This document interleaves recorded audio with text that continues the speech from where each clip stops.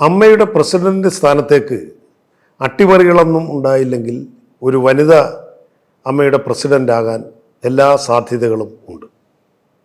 ശ്വേതാ മേനോൻ മലയാള സിനിമയിൽ ഏതാണ്ട് 30 വർഷങ്ങൾക്ക് മുൻപ് മമ്മൂട്ടി നായകനായി അനശ്വരം, ജോമോൻ സംവിധാനം ചെയ്ത അനശ്വരം എന്ന ചിത്രത്തിൽ നായികയായിട്ടാണ് ശ്വേതയുടെ രംഗപ്രവേശം.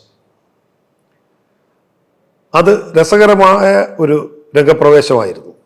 കാരണം അന്ന് മമ്മൂട്ടി ഒരു ആംഗ്ലോ ഇന്ത്യൻ കഥാപാത്രത്തെയാണ് അന്ന് ആ സിനിമയിൽ അവതരിപ്പിച്ചത്. നായികയായി ഷലാക്ക കാർണിക് എന്ന് പറഞ്ഞ ഒരു നോർത്ത് ഇന്ത്യൻ നടിയായിരുന്നു നിശ്ചയിച്ചത്. അവർ വരികയും ആദ്യത്തെ 1-2 ദിവസം ഷൂട്ടിങ് നടക്കുകയൊക്കെ ചെയ്തതാണ്. അതിനുശേഷം ആ നടിയെ മാറ്റി, എന്തോ ശരിയാകാത്തതുകൊണ്ട് മാറ്റി. പിന്നീട് വന്ന നായികയാണ് ശ്വേതാ മേനോൻ. കാഴ്ചയിലൊരു മെലിഞ്ഞ് ഒരു വഴുകവള്ളി പോലെ ഉള്ള ഒരു രീതിയിലായിരുന്നു അന്ന് ഈ ശ്വേതയുടെ രൂപം. വളരെ മെലിഞ്ഞ് നീണ്ട പ്രത്യേകമായ ഫീച്ചേഴ്സൊക്കെ ഉള്ള ശ്വേതയെ കാണാനൊരു പ്രത്യേകത തന്നെയായിരുന്നു.